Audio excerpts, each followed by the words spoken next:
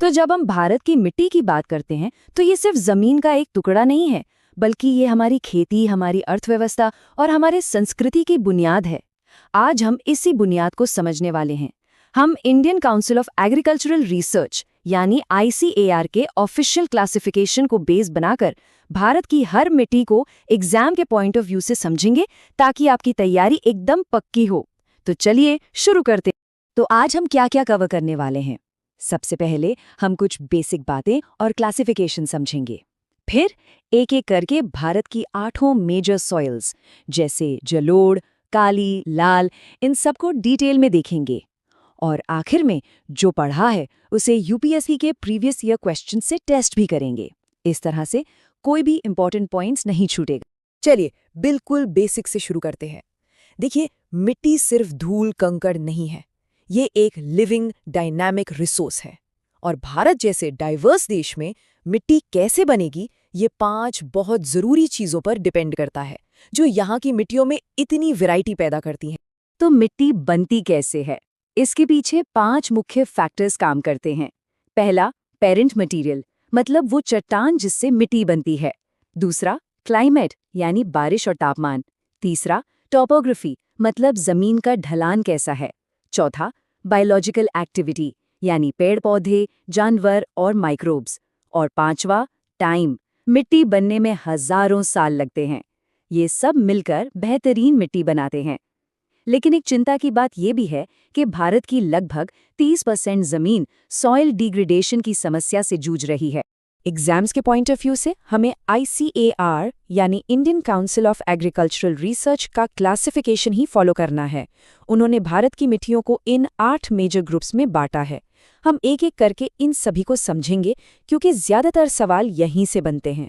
चलिए अब deep dive करते हैं भारत की 3 सबसे कॉमन और सबसे इम्पॉर्टेंट सॉइल्स में, जलोढ़, काली और लाल मिट्टी। ये तीनों भारत के एग्रीकल्चर की रीढ़ की हड्डी हैं, इसलिए इन्हें समझना बहुत जरूरी है। जरा इस नंबर को देखिए, 45.6%, मतलब भारत का लगभग आधा हिस्सा एलुवियल सॉइल यानी जलोढ़ मिट्टी से ढका है। ये वो मिट्टी है जिसे नदियां पहाड़ों से बहाकर मैदानों में बिछा देती हैं। एग्जाम के लिए एक की फैक्ट याद रखिए, ये पोटाश में रिच होती है, लेकिन इसमें फॉस्फोरस की कमी होती है। ये पॉइंट सीधा सीधा पूछा जाता है। अब जलोढ़ मिट्टी भी 2 तरह की होती है। पुरानी जलोढ़ को बांगर कहते हैं, ये नदी से दूर ऊंचे इलाकों में मिलती है। और जो नई जलोढ़ है उसे खादर कहते हैं। ये नदी के पास बाढ़ वाले मैदानों में हर साल जमा होती है, इसीलिए ये ज्यादा फर्टाइल होती है। भारत के जो बड़े बड़े नॉर्दर्न प्लेन्स हैं और जो नदी के डेल्टा हैं, वो इसी मिट्टी से बने हैं, और यहीं पर चावल, गेहूं, गन्ना जैसी फसलें उगाई जाती हैं।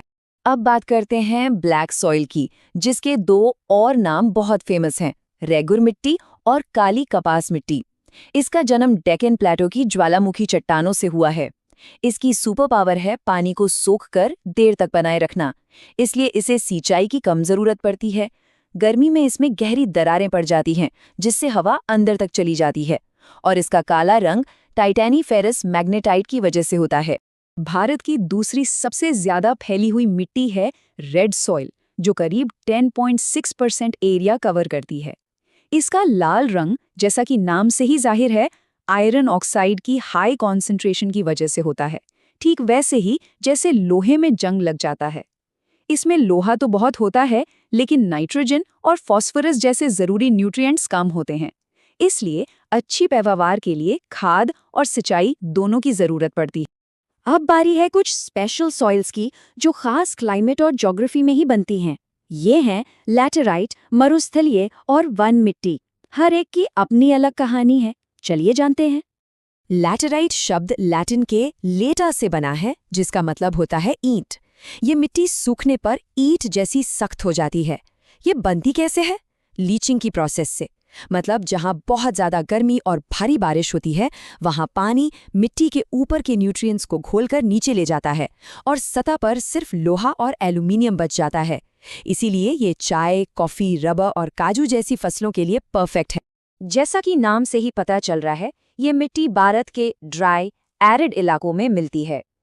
यहाँ बारिश कम होती है और इवेपोरेशन बहुत ज्यादा, जिससे जमीन के नीचे का नमक ऊपर सतह पर आ जाता है। इसीलिए इसमें सॉल्युबल सॉल्ट्स की मात्रा ज़्यादा होती है। इसकी सैंडी टेक्सचर की वजह से ये पानी को ज़्यादा देर तक रोक नहीं पाती। इसीलिए बिना सिंचाई के यहाँ सिर्फ जौ और बाजरा जैसी सूखारोधी फसलें ही उग सकती हैं। ये मिट्टी हमें पहाड़ों और जंगलों में मिलती है, जैसे हिमालय और वेस्टर्न घाट्स में। यहाँ पेड़ों के पत्ते सड़कर ह्यूमस बनाते हैं, जो इस मिट्टी को ऑर्गेनिक मैटर से भरपूर और बहुत फर्टाइल बना देता है। लेकिन इसमें एक कैच है, ये फर्टाइल होने के साथ साथ एसिडिक भी होती है, और इसका सबसे बड़ा दुश्मन है डिफॉरेस्टेशन, जिसकी वजह से ये उपजाऊ मिट्टी बारिश के साथ बहकर चली जाती है। चलिए अब आखिर की दो स्पेशल सॉइल टाइप्स को भी समझ लेते हैं। ये ऐसी कंडीशंस में बनती हैं जो थोड़ी एक्सट्रीम है, जैसे या तो बहुत ज्यादा पानी या फिर बहुत ज्यादा नमक। जरा सोचिए, एक ऐसी जगह जहां साल भर पानी भरा रहता है, वहां पेड़ पौधों का मटेरियल ठीक से सड़ नहीं पाता और इकट्ठा होकर पीटी सॉइल बनाता है। ये ऑर्गेनिक मैटर में तो बहुत रिच होती है, लेकिन हाईली एसिडिक होती है। केरला, ओडिशा के कोस्टल एरियाज और सुंदरबन में ये मिलती है और धान यानी पैडी की खेती के लिए काफी अच्छी मानी जाती है। सैलाइन सॉइल को आम भाषा में ऊसर जमीन भी कहते हैं। ये खराब ड्रेनेज या बहुत ज्यादा सिंचाई की वजह से बनती है। पानी इवेपोरेट हो जाता है और सतह पर नमक की एक परत छोड़ जाता है। एग्जाम्स के लिए इसके लोकल नेम्स बहुत इंपॉर्टेंट है, इन्हें मार्क कर लीजिए। रेह, कल्लर, ऊसर, थुर, ये अक्सर पूछे जाते हैं। तो हमने 8 तरह की मिट्टियों को समझ लिया है। अब हम ये देखेंगे कि मिट्टी हमारे लिए इतनी ज़रूरी क्यों है। और फिर सबसे इम्पॉर्टेंट पार्ट, हम यूपीएससी के रियल क्वेश्चन सॉल्व करेंगे, ये देखने के लिए कि हमारी तैयारी कितनी अच्छी हुई है।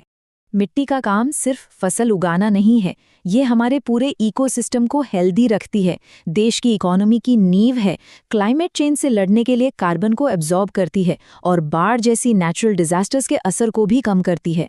सच कहा जाए तो मिट्टी हमारे देश की लाइफलाइन है। चलिए पहला सवाल देखते हैं। ये यूपीएससी 2021 प्रीलिम्स में आया था। सवाल है, काली कपास मिट्टी कैसे बनी है? याद करने की कोशिश कीजिए, हमने ब्लैक सॉइल के ओरिजिन के बारे में क्या बात की थी। ये एक बहुत ही डायरेक्ट और फंडामेंटल सवाल है। और सही जवाब है बी, दरारी ज्वालामुखी चट्टान। बिल्कुल, जैसा हमने डिस्कस किया था, डेक्कन प्लेटो की वोल्केनिक रॉक्स के टूटने से ही रेगर सॉइल यानी काली मिट्टी बनी है। ये क्लासिक क्वेश्चन है, इसे कभी मत भूलिएगा। अगला सवाल 2018 से है। ये आपके कॉन्सेप्चुअल अंडरस्टैंडिंग को टेस्ट करेगा। एक एक स्टेटमेंट को ध्यान से पढ़ते हैं। पहला स्टेटमेंट ऑर्गेनिक मैटर और वाटर होल्डिंग कैपेसिटी के बारे में है। दूसरा सॉइल और सल्फर साइकिल के रोल के बारे में, और तीसरा इरिगेशन और सैलिनाइजेशन के कनेक्शन के बारे में। यहाँ सही जवाब है बी, केवल 3। चलिए समझते हैं क्यों।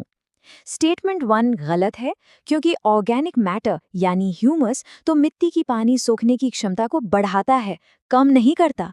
स्टेटमेंट 2 भी गलत है, मिट्टी सल्फर साइकिल का एक बहुत इंपॉर्टेंट पार्ट है। हाँ, स्टेटमेंट 3 बिल्कुल सही है, जैसा हमने सलाइन सॉइल में पढ़ा था कि ज्यादा सिंचाई से जमीन ऊसर या लवणीय हो सकती है। और ये रहा हमारा आखिरी प्रैक्टिस क्वेश्चन 2013 से, लेटराइट सॉइल पर। इसके रंग, न्यूट्रिएंट्स, डिस्ट्रीब्यूशन और फसलों के बारे में 4 स्टेटमेंट दिए गए हैं। याद कीजिए, हमने लीचिंग प्रोसेस और ईंटों के बारे में क्या डिस्कस किया था। इसका सही जवाब है सी, 1 और 4। चलिए एनालाइज करते हैं। स्टेटमेंट 1 सही है, आयरन ऑक्साइड की वजह से ये लाल होती है। स्टेटमेंट 2 गलत है, लीचिंग के कारण इसमें न्यूट्रिएंट्स की कमी होती है। स्टेटमेंट 3 भी गलत है, ये राजस्थान, यूपी जैसे सूखे इलाकों में नहीं बल्कि भारी बारिश वाले इलाकों में मिलती है। और स्टेटमेंट 4 बिल्कुल सही है, काजू और टैपियोका के लिए ये मिट्टी बेस्ट है। Detailed and well-organized notes of this topic are available in our Telegram post. The link is given in the bio. Make sure you join for exam-focused notes and revisions.